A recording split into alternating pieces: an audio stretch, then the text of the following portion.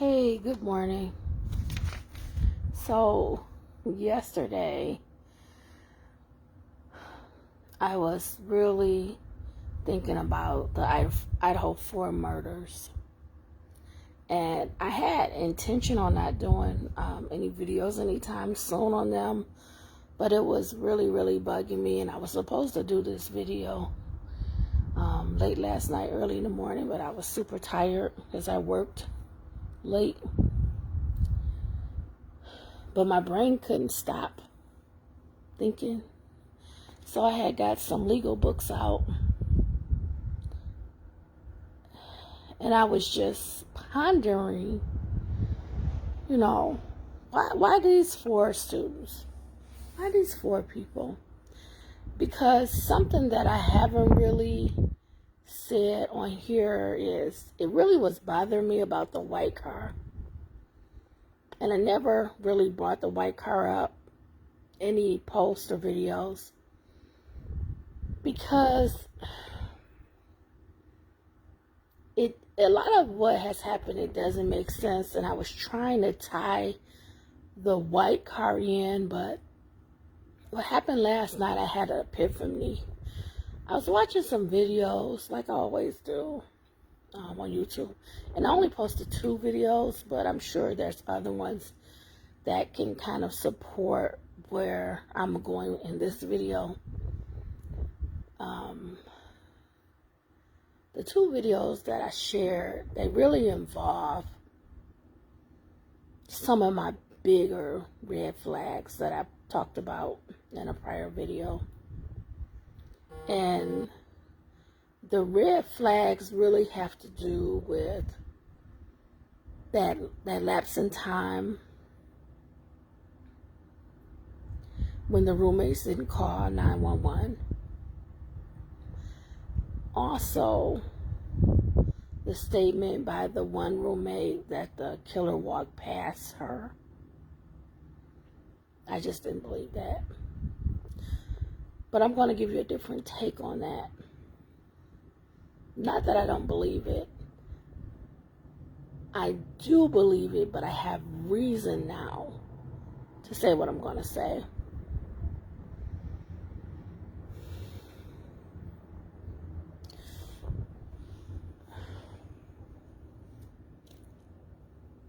What's really difficult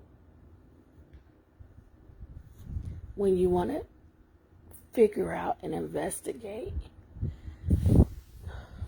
something like this, it goes back to why my page is called Hidden Horror. You don't know what people are hiding. Sometimes people want you to see something. So they'll create a narrative and they'll show you things to make you believe that. But again, this is hidden horror. So there's something always underneath. And in this case, so many things bothered me. And I've tried to be very respectful of the family of the 2 unharmed students. But I just have to be honest. At this point, I know the trial isn't coming maybe to next year, at least 4 to 6 months. So there's going to be a lot of time, and I have to get these thoughts out. I shared those 2 videos because I really am putting a position out there. And in the past, I really haven't.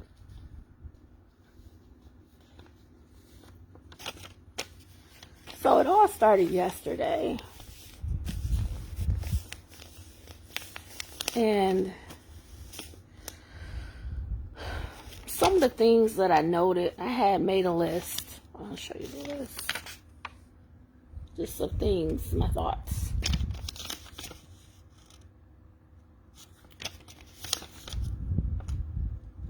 And after making the list, I thought I had put the thoughts away and I wouldn't have to bring any of this up anymore. I thought I was at a good place and satisfied. but it just kept bugging me last night. And I worked really late. It was after maybe 12:30 and 1 a.m. when I stopped working, because I'm really busy. And my brain could not settle. Just like now, I woke up a few hours ago, only a few hours of sleep. And I was just telling my husband I had so much energy that I finally figured it out. I finally made sense of all of the things that people have been saying. So many content creators have tried to figure out and make sense of the murders.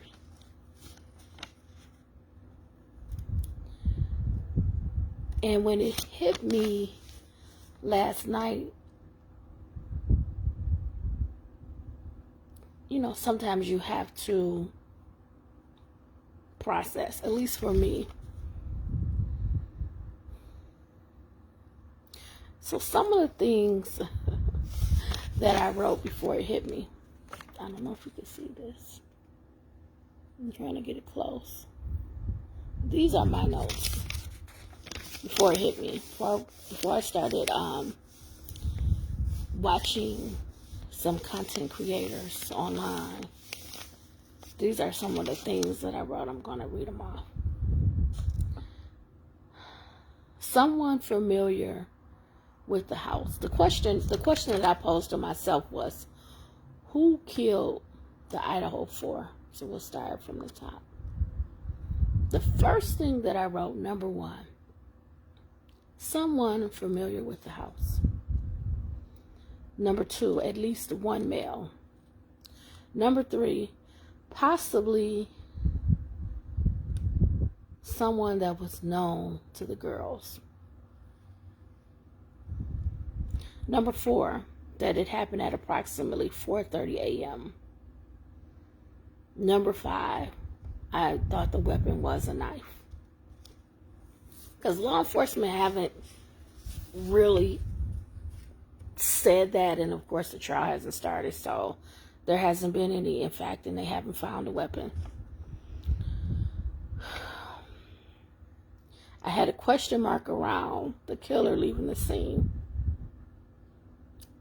Number 7, why did they kill 4 and not 6?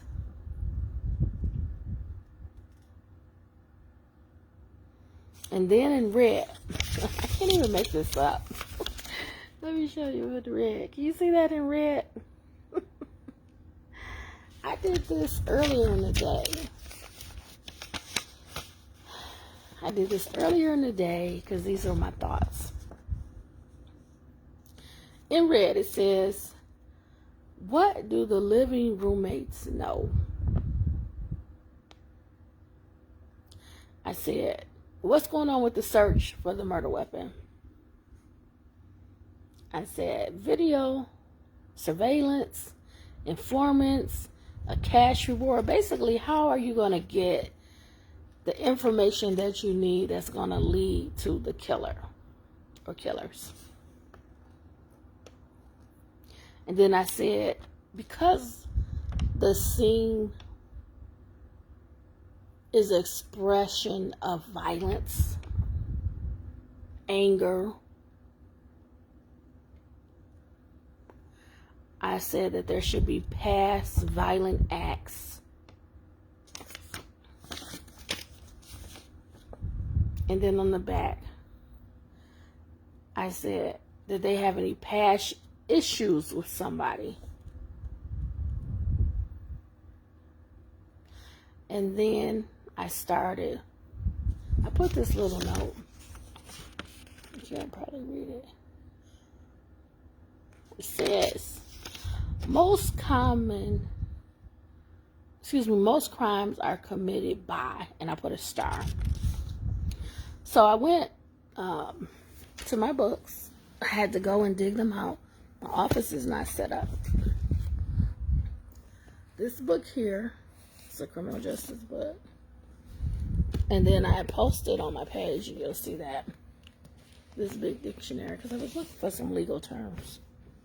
So I stayed up. I woke up like, what are you doing? I said, I'm studying, I'm doing research. I'm investigating Idaho 4 murders because I could not rest. Could not rest.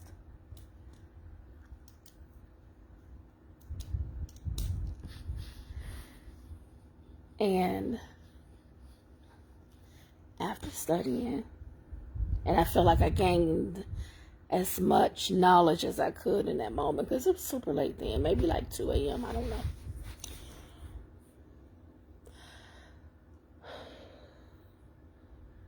It finally hit me. And I want to share with you my thoughts. So, I already told you I posted 2 videos from what I saw last night. And I'm going to play parts of one of the videos. So, one video shows you the path and how the white car was moving. And it places it in that time frame of the 8 minutes. So they're estimating about 8 minutes to do the murders, commit those 4 murders. So that's one thing. This one video. The second video is a mother of a student and a student that's in the fraternities talking about how they gained the knowledge of the murder. Now, with these 2 videos, I was able to kind of glean that I have nearly focused in now. I have placed a target. I have changed my position that with knowledge, actions were made. Primarily, I feel those actions were made out of fear.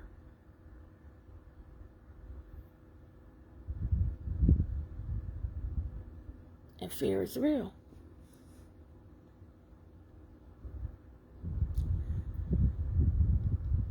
The sadness that I undoubtedly feel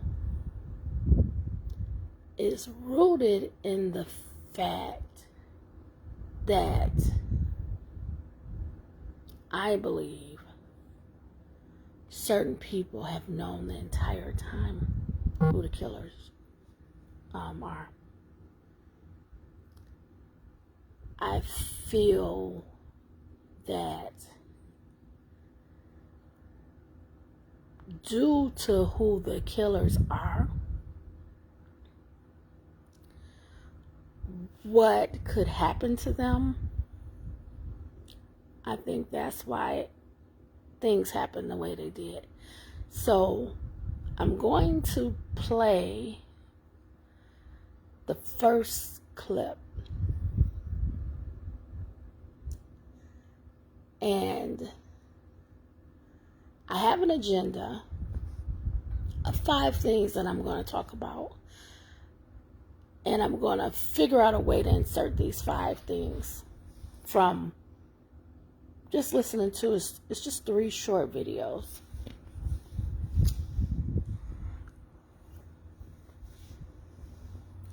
I have the times for the videos. I'm looking for my sheet now.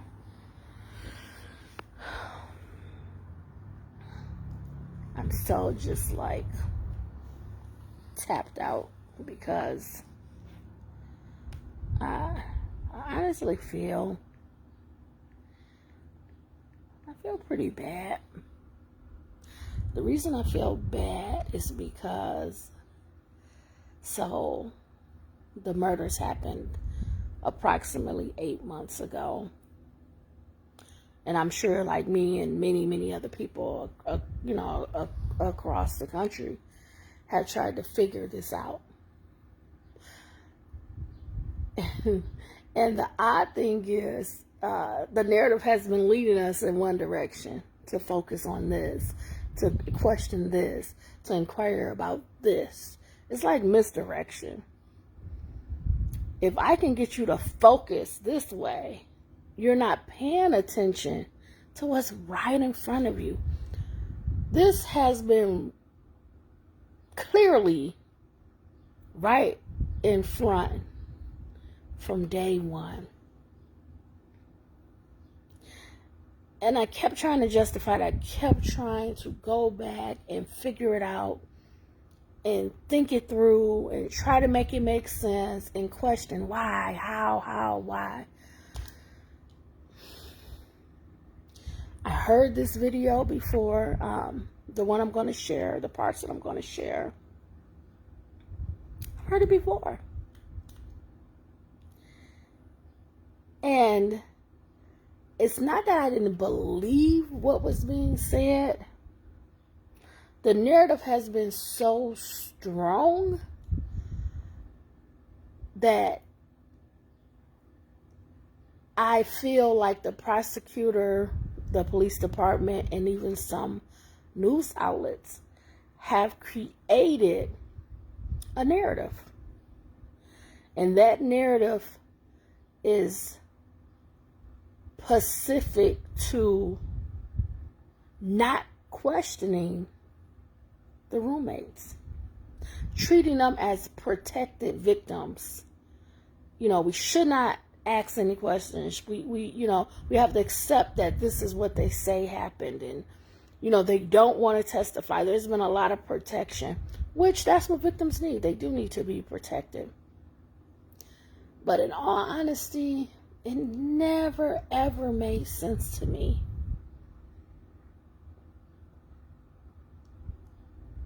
The things that stood out, and I have them literally there. Maybe I should post that. Have a little whiteboard. How, and I put that in my notes. If I go put that in my piece of paper. How did only 4 out of the 6 get killed? How do you leave 2 witnesses?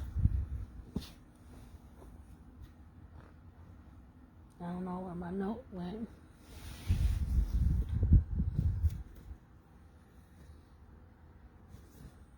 I'm gonna have to find it because that's the times.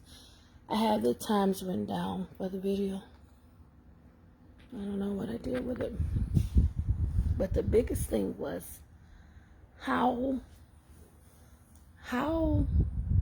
do you have 2 people unharmed?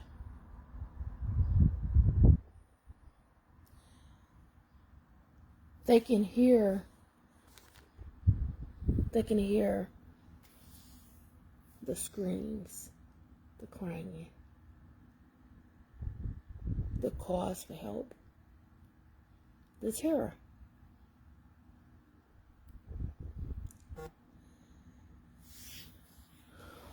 And when I think about it, and when I imagine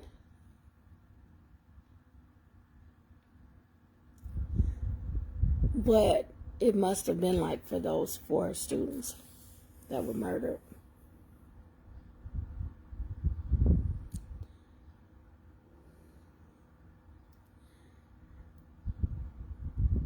I don't know if they knew what was going to happen to them.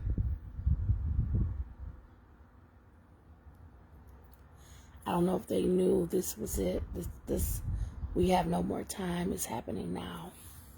and the violence that was inflicted on them,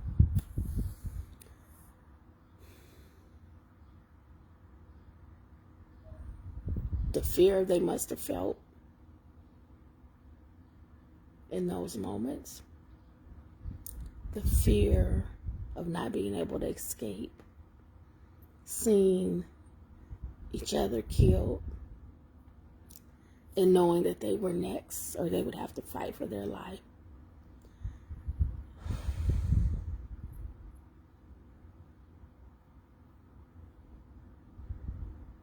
And knowing that if it started on the second floor, it went to the third floor.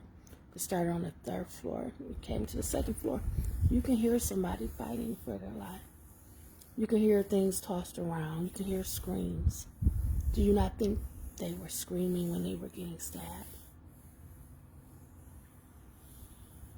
And this is the part that makes me sad. The part that's frustrating to me even now as I'm speaking.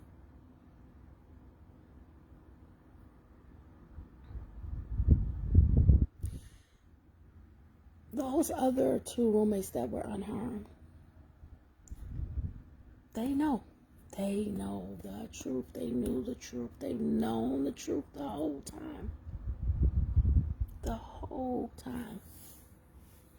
They were there. It's making me sad. They didn't call for any help because I don't want to speak for somebody, but fear, operating in fear,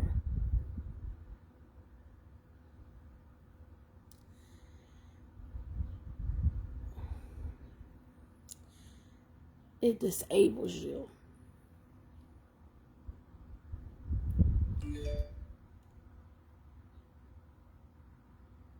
Operating in fear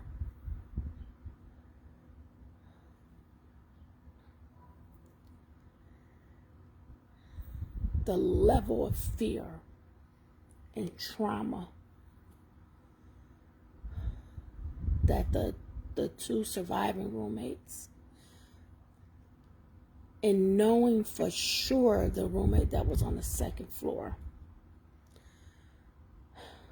and I refuse to believe that the roommate on the second floor saw the killer and the killer walked past. I didn't believe it.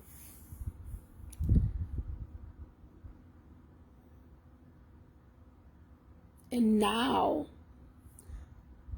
hearing these two videos, I believe it and I understand it. And the reason I'm changing my position is because I believe the fear. And the fear is real and it's strong. And you know what a person is capable of. And you just seen and heard what they did to your other roommates. So it's not an idea. It's not a thought. It's not a consideration. It's known.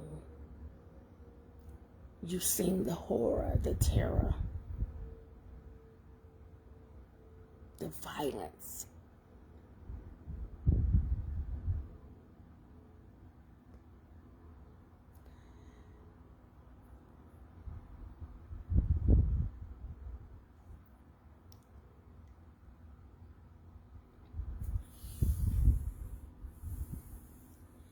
Now I understand why those roommates don't want to testify.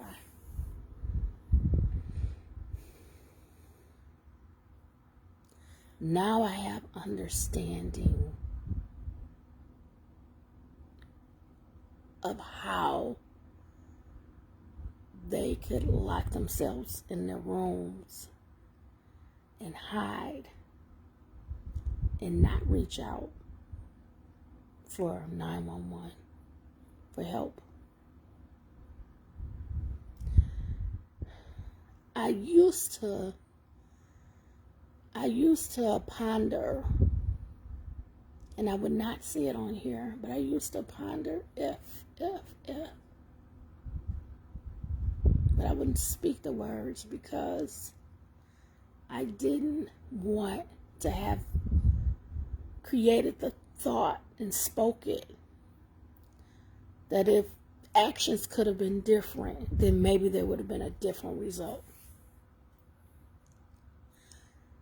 Now I can see that everything that happened, it was no space to change that.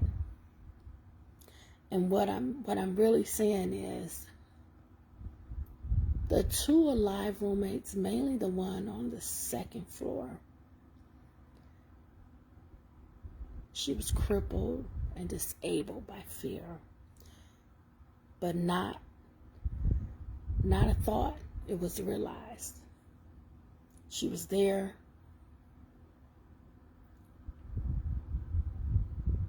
She was not involved in why things happened the way they happened.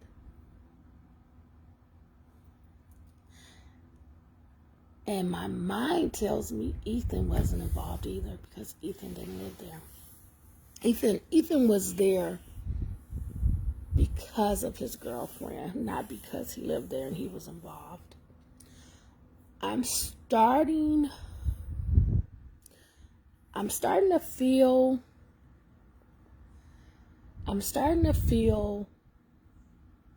that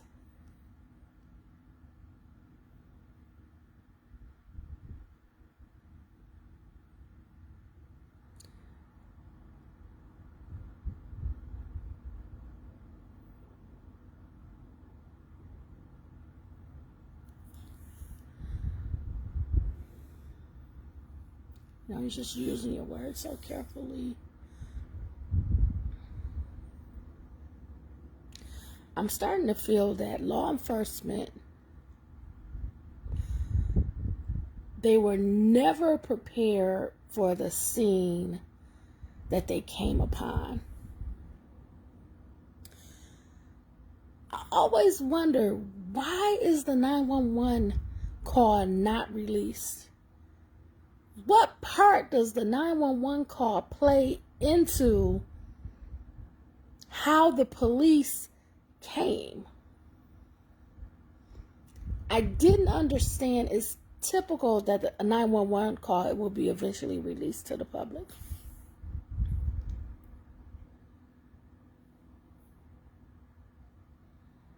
And I listened to interview after interview, and it's so vague. It's like 911 was called and a patrol car was dispatched, but 911 was not called with ambulatory services. 911 was called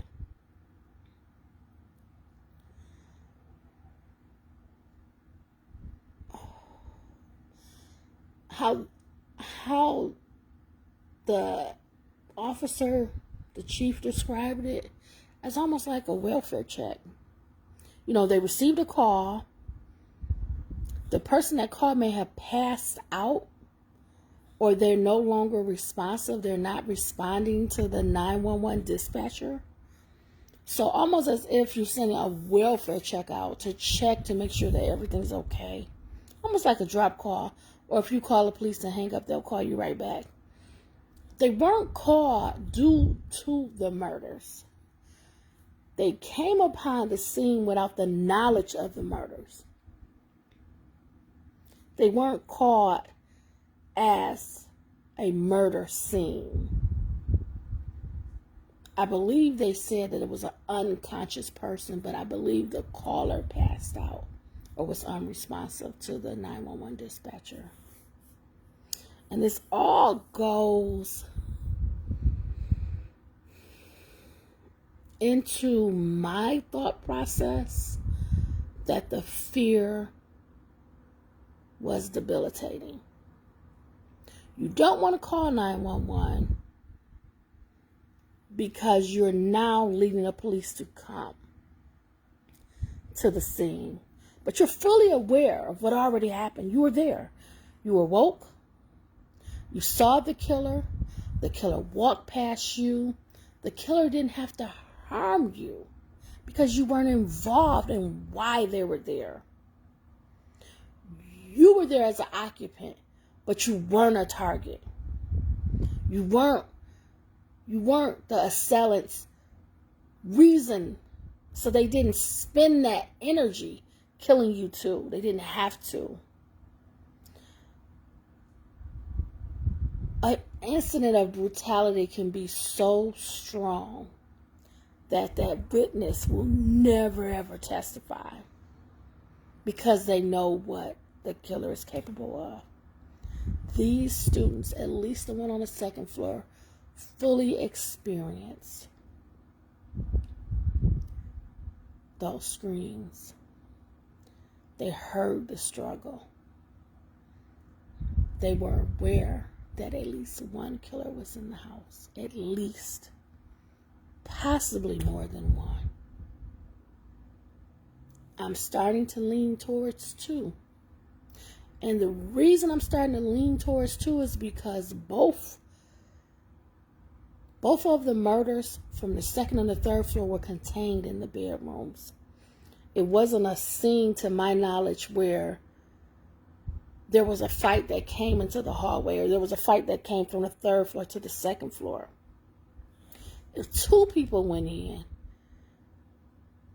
they could have went in and handled the second floor. While one was on the second floor, the other one went to the third floor. And I'm starting to feel that way because of how the rooms were contained, the scenes were contained in the bedrooms, each bedroom. And also,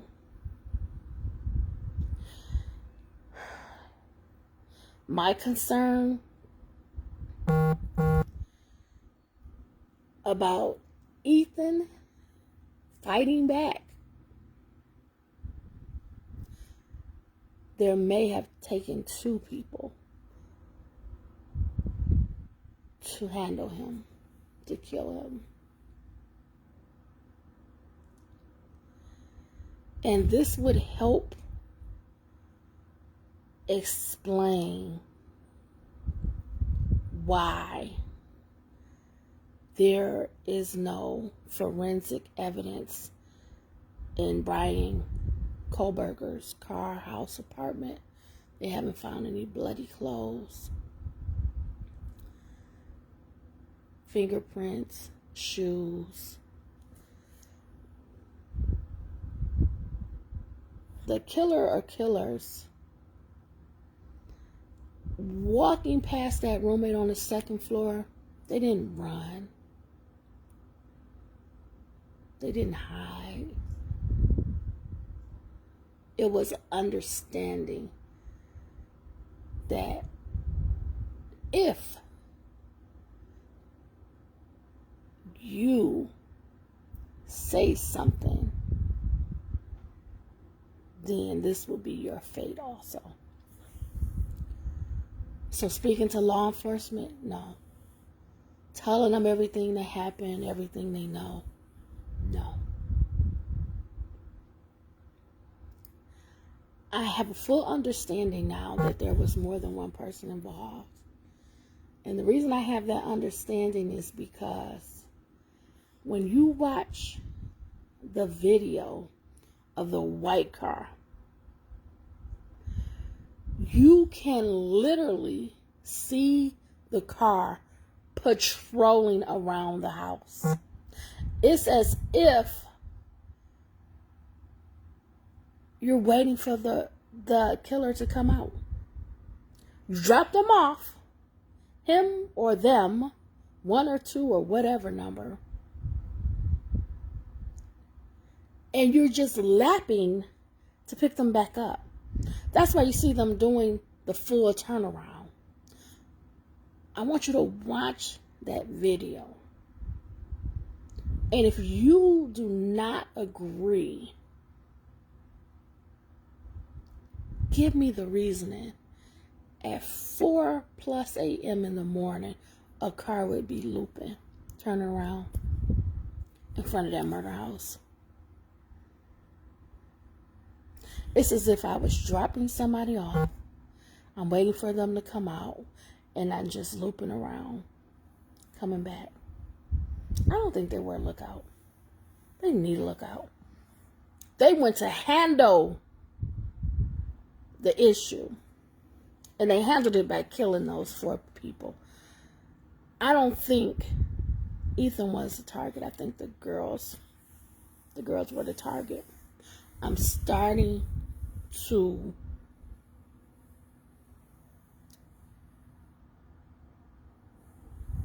ponder and consider that the girls were involved in drugs. Not just a party house, but selling drugs. This is nothing towards their family or anybody that's known to them. However, I have to start assessing information.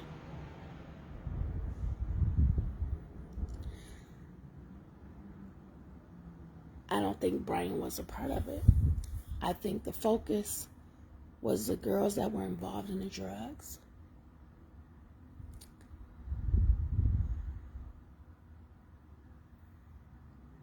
So let me play this clip. And I want to make sure that I've gone over, everything. I'm so sorry if it's not right because I don't have the timing in front of me. I so apologize. I wish I could pause this, if there was a pause. I don't think there is a pause on here. Well, hold on a second. I think I can. Let me see. I'm not sure.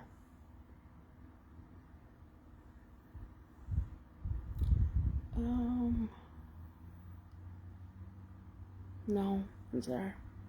I don't see a pause on here, and I wrote down the times. Let me see. Let me see if I can just flip it for just a minute.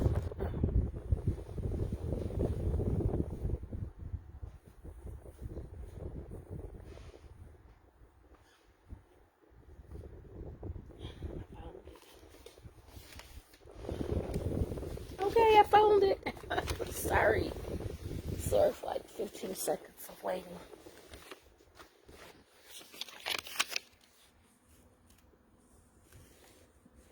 Okay.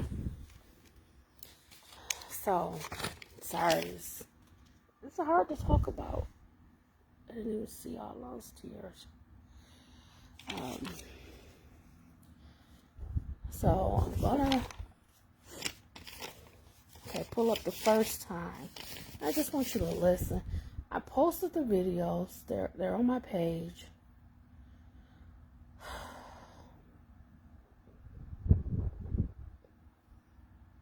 I'm trying to get as close as I can. Okay, so I just want to preface this.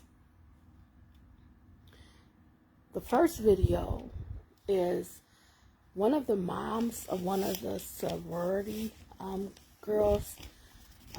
Her daughter told her information about what happened the day of the murders. So this is just the mom detailing what happened. I think the mom was talking the Truth and Transparency on YouTube.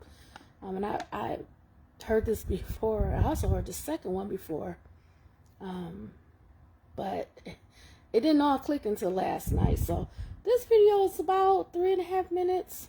It's just sound. It's no actual video, so just listen, please.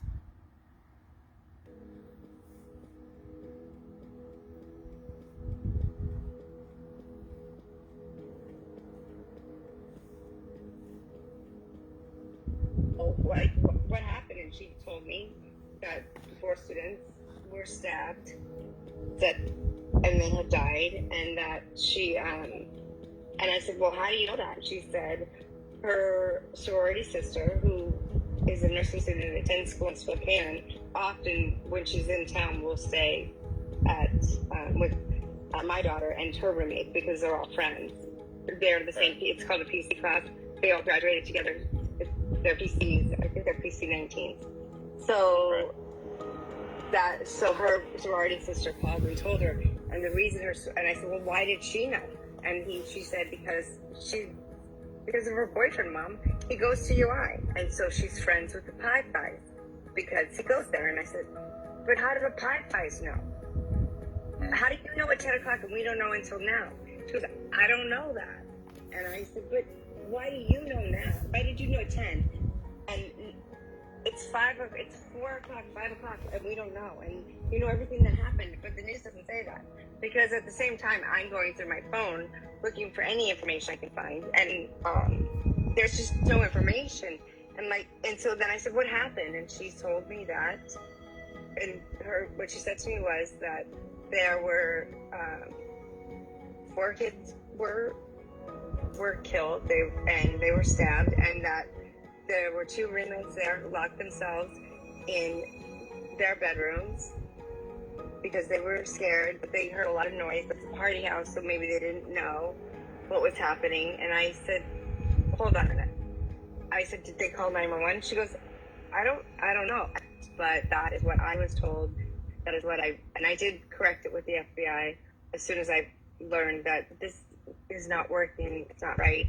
So a lot of kids were there early in the morning. They were there early in the morning. Like 8 o'clock. That's what they said. 8 a.m. That seems like I think the sorority sister might have stayed at my daughter's house or not, but knew at 8:30, and there was a narrative discovered and built, and 2 people who were really important to the case I don't think they did it. I think they thought it was a shakedown. I do not think any students A shakedown. Right. But I think that they all nobody told you that, right? than That's something they're that when it comes to the shakedown stuff. Well, I know That's that. not something that your daughter Well, told you that she thought it was a oh shakedown. no, that I was told. No, I was told that. You were told what? When were you told that? It was a drug house that. It was a drug house. There, the creeper was there, and there were people there. Okay. The creeper was there. The creeper was there. I might have to rewind this. Hold on. The creeper was there to buy drugs. Who told you this? And when was this told? My child told me this. This was in the beginning. I don't know if I can rewind this back a little bit. I'm sorry that it's like this, but I just want y'all to hear what she's saying. It's important. You were told what? When were you told that? They were in the drug house that They were in a drug house. there. The creeper was there, and there were people there, Okay. to buy drugs. Hold on. The creeper was there, and they were there to buy drugs. It all made sense. I've put this video below. Please check it out. Please. I'm trying to rewind it and just let you hear her flow. So rewind it just a little bit more so I won't interrupt it anymore. Okay. Sorry. I was told. No, I was told that. You were told what? When were you told that? They were in the drug house that they were there. The creeper was there, and there were people there, to buy drugs. Hold on. Who told you this? And when was this told? My child told me this. This was in the beginning. That She was told by the student from University of Idaho? The student's girlfriend from University of Idaho. Okay. Where did she get that information from? My daughter told me is that she got it from the Wi-Fi. Oh, she got it from the sorority. Yeah, she got it from the sorority. That's what she told me. At the time. Okay. So that was the mom providing the information about what her daughter told her. from the sorority sisters.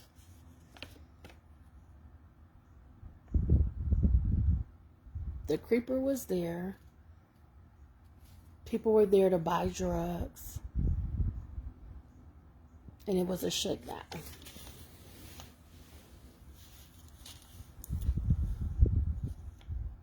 Listen to the video for yourself. Just listen to it for yourself. The next part of the same video, there was another person that came. It's about 2 minutes. And he's in a fraternity. And he details how he found out. And really the significance of this video is also to show that the information was already out there well before noon when the police were called. Well before that.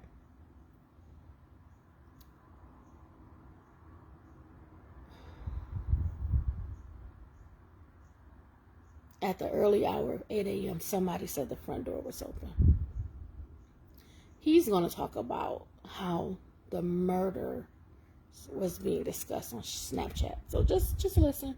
It's about 2 minutes. You wake up in the morning on This is Truth and November Transparency interview. Can you just describe your day? So I don't remember like exactly when I woke up. I just remember like waking up and opening up my Snapchat, and there were dozens of Snapchat messages in all the group chats. And I just remember like, oh, this is kind of whack. And then like I got up and I was like getting ready for work, and then like when I kind of like woken up a little bit more, I started to go through them because I did not want to have to read a lot of shit early in the morning. And then yeah, I ended up like I was just sitting there scrolling through it, and then yeah, opened up the messages, and then there it was. It was like, holy shit, did you guys hear about what happened? Like, blah, blah, blah, blah, blah. And I'm scrolling up, and there's just, I mean, lines and lines and lines of text. Everyone's talking about it. Everyone's awake. I mean, and this is before 9:30 on a Sunday. And I remember that because I had to go to work, and I ended up not going because I wanted to be with my brothers, right? Kind of obvious. But yeah, and like I don't remember what exact time I woke up, but I remember, like, yeah, we were all talking about it. We all knew about it. And, like, my boss and my coworkers were texting me later, you know, asking me, like, if everything was okay, and they had even heard about things. They heard, like, it was a shooting and stuff like that, so, and, yeah, it was kind of weird because, like, at the beginning, everyone said, like, at the beginning, like, the very, very first messages were people were talking about stabbings, or, like a stabbing had occurred, and then it changed to an OD, and it was just kind of weird, like looking back on it, it changed to an OD so quickly, and, like, nobody questioned it, and, like, we didn't question it either, because we knew there were drugs in that house, and, like, just genuinely thought, like, okay, they got a bad batch, and that's just what happened, right, because you see it on the news, it happens in bigger cities. So you said you had to go to work, and you said you had to be at work at 9:30, so this would have happened before, like, you got to work? Yeah, no, this was definitely, and it was like a, like, I don't know, 5-10 minute drive to work, and, like, I had to, like, get ready, too, so you're talking, like, well before 9 o'clock in the morning, at least. Hi, Heather Roberts with it. Okay. So, he's putting the time out there as well. This is the last part, and it's less than 1 minute. This is one of the press conferences they had where the police chief is answering questions. And this is a reasonable question. So I want you to hear his response. And it just goes to show how the two unharmed roommates were protected, which they should be as victims. But the reality is, just coming to think about everything, they know, at least the one on the second floor knows so much more. And I think it's not coming out because of the fear or the threat that she's going to be harmed. And I honestly hope this does not become an unsolved case. I don't know if they have her under some protective order, if they have her, you know, hidden away for her own protection. But I believe that she clearly knows who the killer or killers are. And that does not include the driver of the white car. I think the driver dropped the killer or killers off and was waiting, and that's why you see the loop, the drive around. Watch that video. It's an excellent video. But listen to this. It's less than 1 minute. So let's go. News. Just to follow up on what she asked. So the other two roommates were there at the time of the attack? All the information that we have from our investigation is that yes, they were. Okay, but they were unhurt. That is correct. So is there any explanation as to why it took so long then for someone to call 911? You have surviving witnesses to an incident at 3 or 4 in the morning, and the 911 call didn't come until noon? I don't think I ever said that they were witnesses. I said they were there. So, you know, we don't know why that call came in at noon and not in the middle of the night. Would have we loved for that to have happened? Yes, but that's not how it took place. So that's why we're investigating everything still to try to pull all the pieces together. We're like, okay, it's an accident. Let's not panic, you know. And I remember texting Kaylee. That's all I wanted you guys to hear. Because we're getting kind of straight to the point.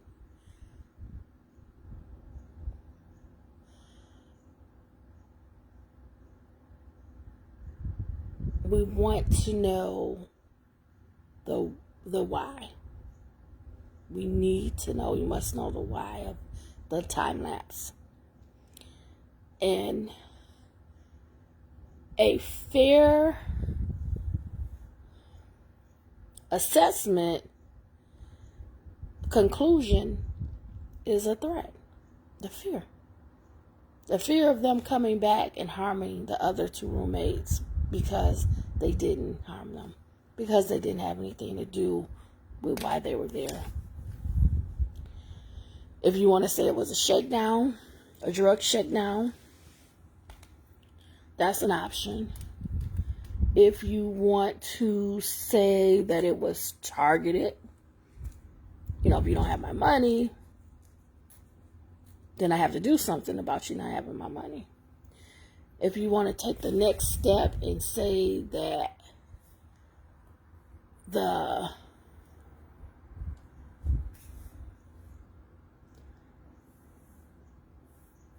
if you want to say that the roommates had something coming to them,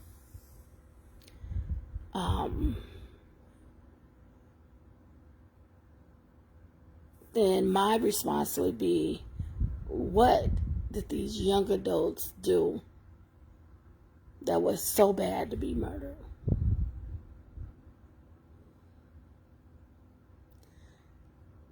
I don't want to talk about Brian Koberger so much, but I do need to just preface that it never was a connection to these students. Usually you have what's called an MMO, a means, hold, let me see. My brain is like jello. I'm so tired. In my studies last night, I had looked up some information.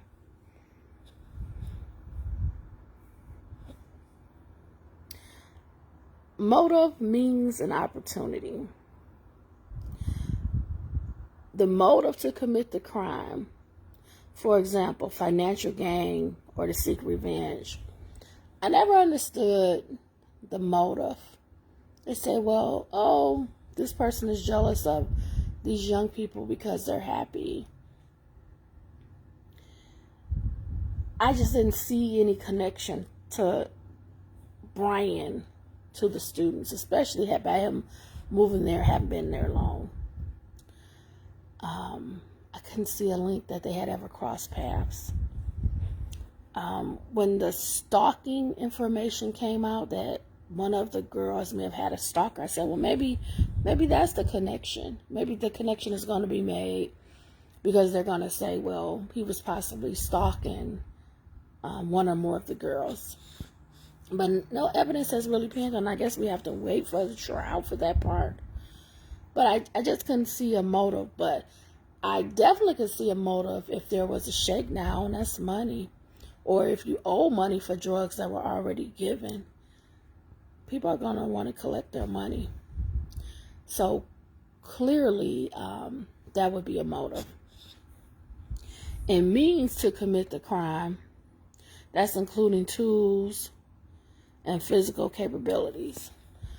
You know, it was always kind of a hurdle to believe that one person was able to commit this crime of murdering four people, two in each room, and with the idea that the murderer possibly walked past a roommate that was not harmed. That was almost unbelievable. Like, that was, I thought the roommates were locked in their room, sleep the whole night. So, did Kohlberger have the means to kill four? It's possible. Is it probable? When we still haven't really established a strong motive. If you owe someone money or drugs, or it's involving some threat of some sort to collect, or if it's just somebody robbing you, they're going to bring the means. They're going to bring a weapon. Nobody's going to enter into a house without being ready, you know, bringing their own weapon. And then lastly, the opportunity to commit the crime, including being at the crime scene at the time of the offense. Now, from what the prosecutors have said, they have found pings where Brian Kohlberger has been around the house, and they know he has the white Elantra. Things like that. So, is there opportunity? Could he have drove over there? Yeah, of course. But many other people have had opportunity as well. So, again, I'm just not there yet with information on Kohlberger. I want to be confident they have the right person and they have all the people involved, and that they're able to explain this motive, means, and opportunity. That it makes sense for him to have committed a quadruple homicide. So hopefully I won't be pondering this much, and I can, look forward to them going to court in a few months. I don't think the salaciousness of it all is going to stop. So maybe back on here again, talking about the Idaho 4 murders. But I believe this is the most likely reasoning behind what happened, how it happened, and why 911 was not called. I think it was drug related. I think the girls knew the killers, including the roommate that survived on the second floor. I don't think Ethan had anything to do with it. I think he was just there with his girlfriend. And I don't know that it would ever be closure as it relates to that white car and the connection to the house. I believe it was involved. I believe it was the car that drove him. Just like a getaway car in a bank robbery. I believe that was the car. And I would like for them to go backwards in how the car entered, further back to see who got in that car and how many people. Was more than one, two or more. And I think that will help solve the case. And I think interrogating both roommates, primarily the one on the second floor, would also help solve the case. So thanks for indulging in my thoughts. Thanks for watching this video. Hopefully I'll see you in a video in the future. Have a great week. Happy Monday. Stay blessed. Bye.